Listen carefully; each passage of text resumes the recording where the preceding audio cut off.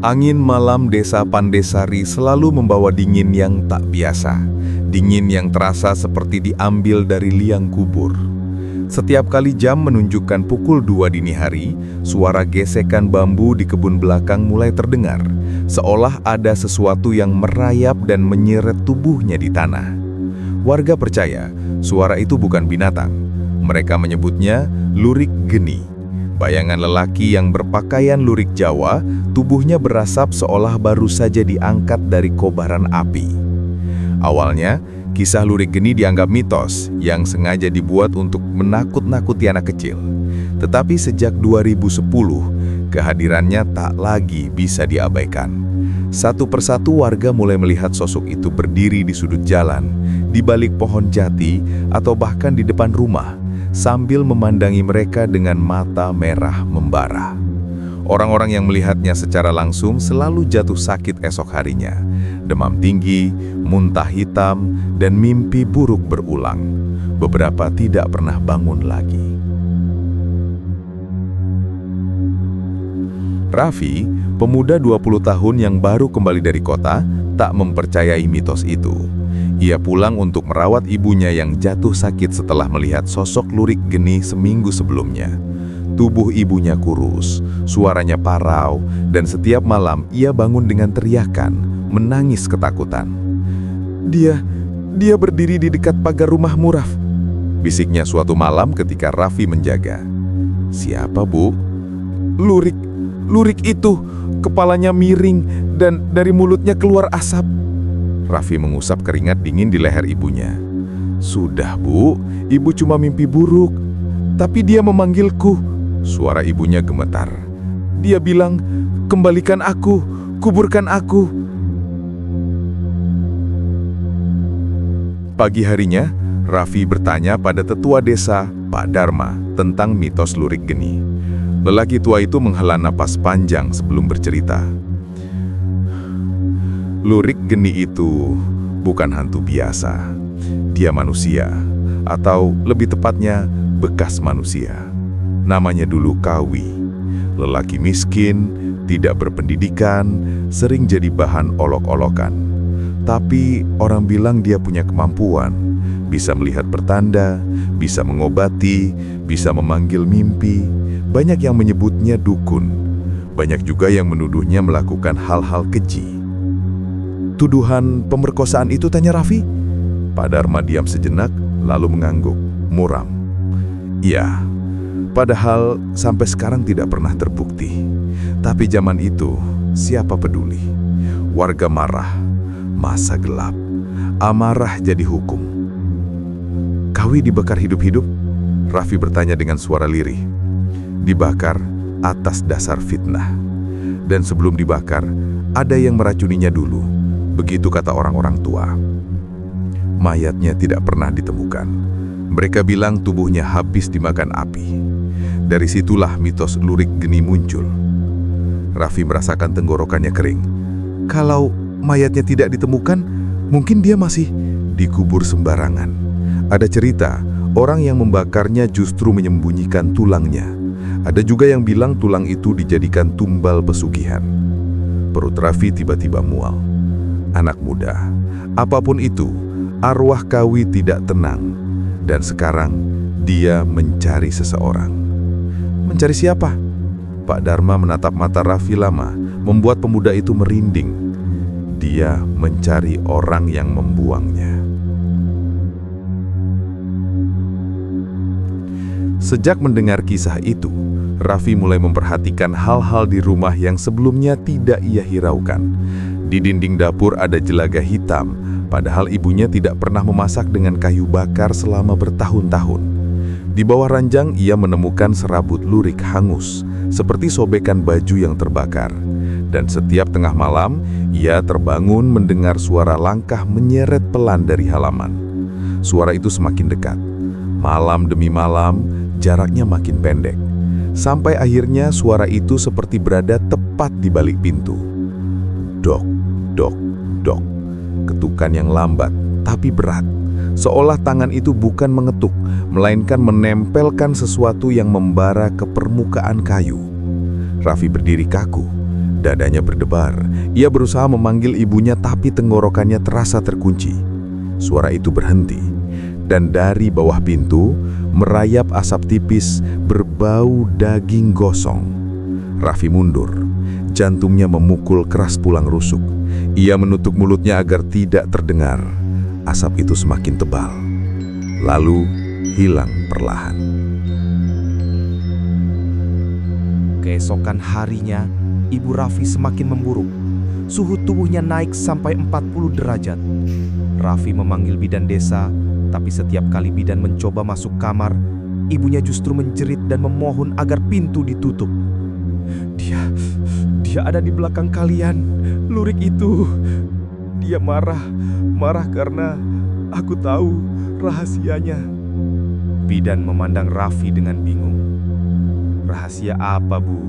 Apa yang ibu tahu? Raffi menahan tangan ibunya. Tapi ibunya tak mampu menjawab. Ia justru menatap anaknya dengan teror dalam. Jangan biarkan dia masuk. Jangan buka pintu malam ini, apapun yang terjadi. Malam itu, Raffi memutuskan berjaga. Ia duduk di dekat jendela, memegang lampu minyak sebagai satu-satunya sumber cahaya. Angin malam masuk membawa bau sangit. Dari kejauhan terdengar suara langkah yang menyeret tanah. Semakin lama semakin dekat. Raffi berdiri. Kedua tangannya menggenggam lampu minyak kuat-kuat. Langkah itu berhenti tepat di depan pagar rumah. Raffi menahan napas, menatap keluar jendela, dan melihat bayangan itu. Seorang lelaki memakai lurik garis coklat hitam. Tubuhnya gelap, gosong, penuh retakan seperti arang. Dari seluruh tubuhnya keluar asap pelan. Kepalanya miring, sangat miring, seolah lehernya patah saat dibakar. Matanya merah menyala seperti bara, dan ia menatap Raffi. Tidak bergerak, hanya menatap. Raffi mundur dengan tubuh bergetar. Sosok itu perlahan mengangkat tangan. Kulitnya terkelupas, hitam, dan meleleh seperti lilin terbakar. Tangan itu menunjuk pintu depan. Lalu terdengar suara berat, serak, seolah keluar dari kerongkongan yang hangus. Kembalikan aku. Lampu minyak di tangan Raffi bergetar hebat. Siapa kau? Raffi tersengal. Sosok itu tidak menjawab. Ia hanya mengulangi kata itu, tapi lebih keras, lebih memohon, seperti suara orang yang sangat tersiksa. Kembalikan aku.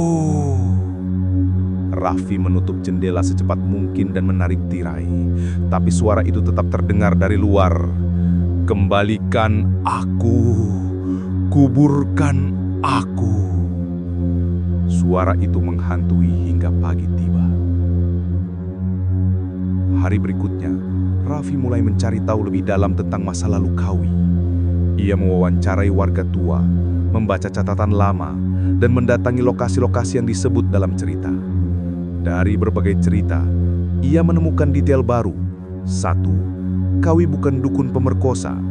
2. Ia dibunuh karena menjadi tumbal pesugihan orang berpengaruh di desa.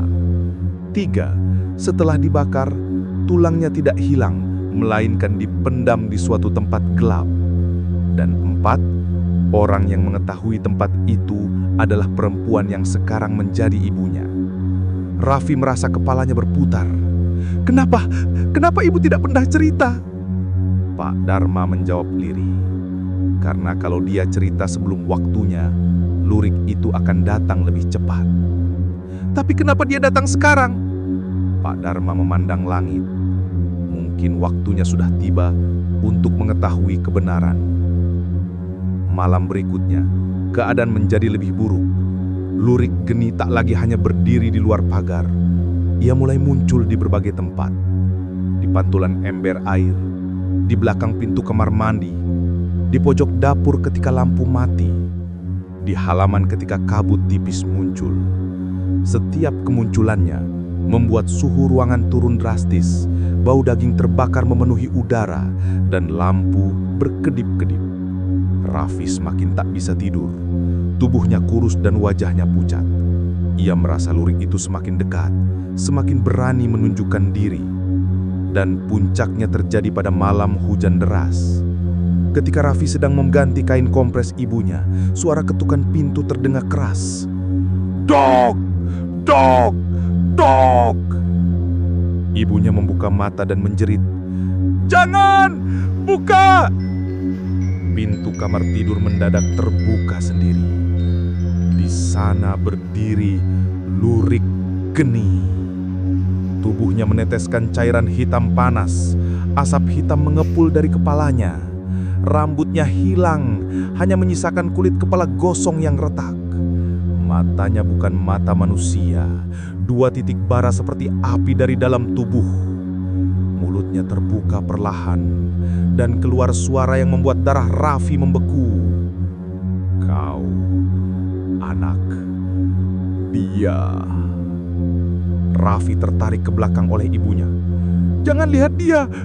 Ibunya memaksa matanya sendiri tertutup. Tapi Lurik itu melangkah masuk. Setiap jejak kakinya membakar lantai kayu, meninggalkan arang dan asap kecil. "Kembalikan aku!" Suaranya seperti desis ganas. Raffi akhirnya berteriak, "Apa yang kau mau?" Sosok itu berhenti tepat di depan tubuh Raffi. Wajah hangusnya mendekat, begitu dekat hingga Raffi bisa mencium bau daging gosong dan darah terbakar. "Tempatku dikubur." "Di mana?" Raffi gemetar. Lurik itu mengangkat tangan dan menunjuk ke arah belakang rumah. Lalu ia berbisik, "Dia tahu. Ibumu tahu." Tiba-tiba seluruh lampu padam, ruangan gelap, dan ketika lampu kembali menyala, sosok itu telah menghilang. Hanya bau hangus tersisa. Siang harinya, setelah memastikan ibunya tertidur, Raffi menggali halaman belakang rumah. Ia menggali dan menggali, sampai keringat bercampur air tanah. Sampai jarinya gemetar dan kukunya patah. Sampai cangkulnya mengenai sesuatu yang keras. Krak! Raffi segera menyibakkan tanah. Di bawah sana terdapat kotak kayu hitam, terbakar di bagian pinggirnya. Dengan gemetar, ia membuka kotak itu. Dan di dalamnya, tulang belulang manusia. Lengkap.